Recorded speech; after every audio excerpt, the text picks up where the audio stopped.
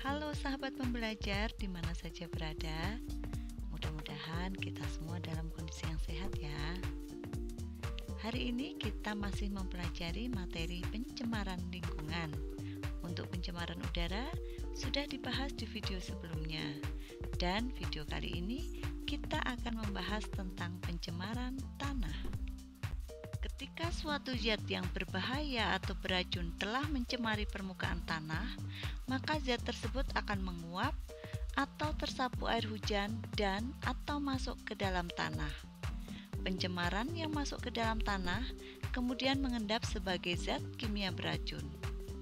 Zat beracun di dalam tanah tersebut dapat berdampak langsung pada kehidupan manusia ketika bersentuhan atau dapat mencemari air tanah dan udara di atasnya.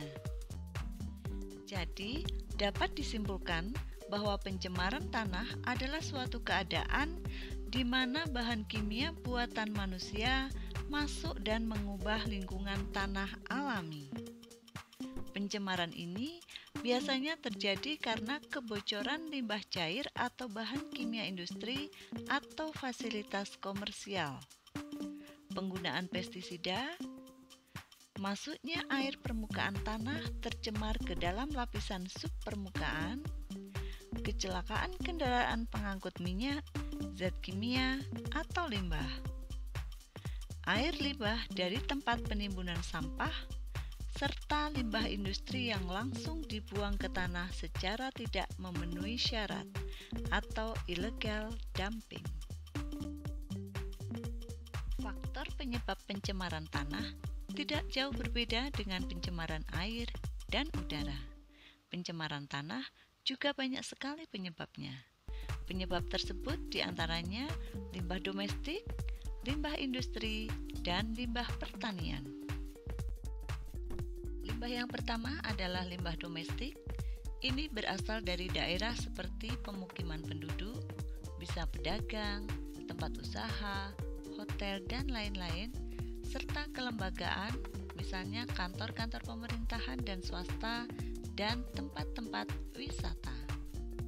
Limbah yang dihasilkan bisa berupa limbah padat dan limbah cair. Pada limbah padat contohnya adalah plastik, serat, keramik, kaleng-kaleng, dan bekas bahan bangunan yang menyebabkan tanah menjadi kurang subur.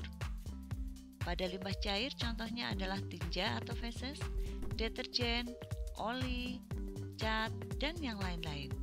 Jika meresap ke dalam tanah akan merusak kandungan air tanah. Yang kedua, limbah industri.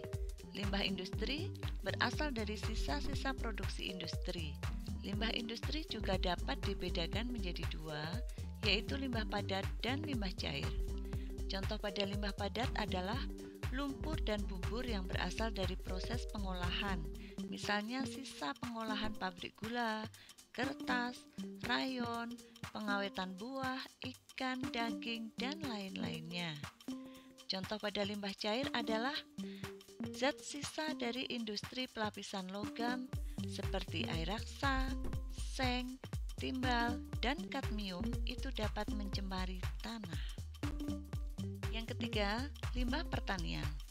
Karena ketidaktahuan, tidak sedikit petani yang menggunakan pupuk sintetik melebihi ketentuan atau caranya tidak tepat. Akibatnya, limbah pertanian yang berupa sisa-sisa pupuk sintetik untuk menyuburkan tanah atau tanaman, tanahnya menjadi tercemar. Misalnya, pupuk urea dan pestisida untuk pemberantas hama tanaman. Penggunaan pupuk yang terus-menerus dalam pertanian akan merusak struktur tanah tersebut.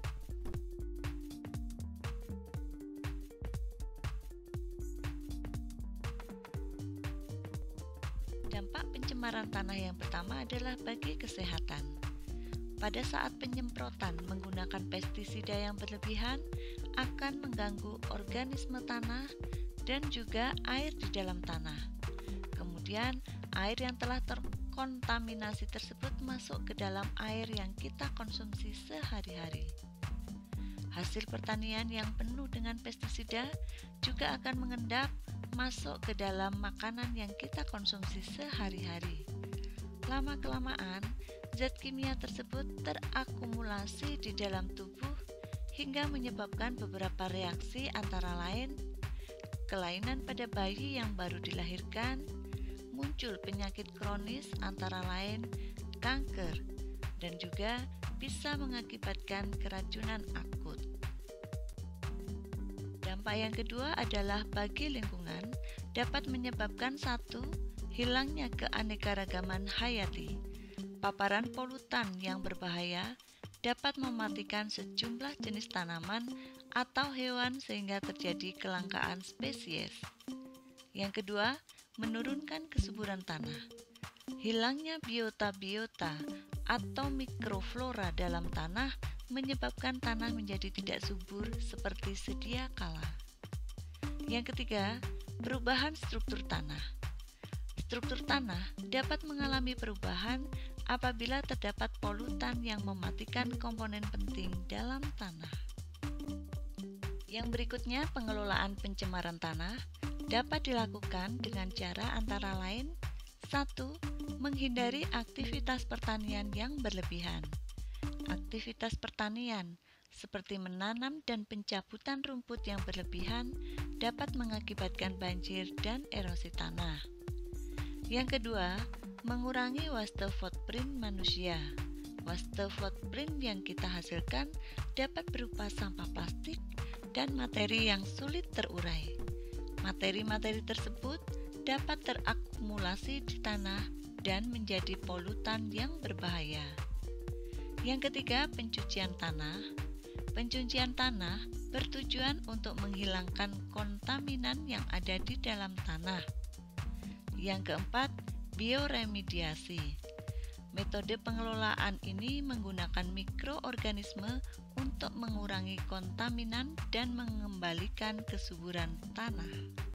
Aktivitas manusia memang tidak bisa lepas dari adanya pencemaran lingkungan, tetapi kita bisa mengurangi pencemaran dengan menerapkan gaya hidup yang ramah lingkungan. Yuk jaga bumi kita mulai dari sekarang ya.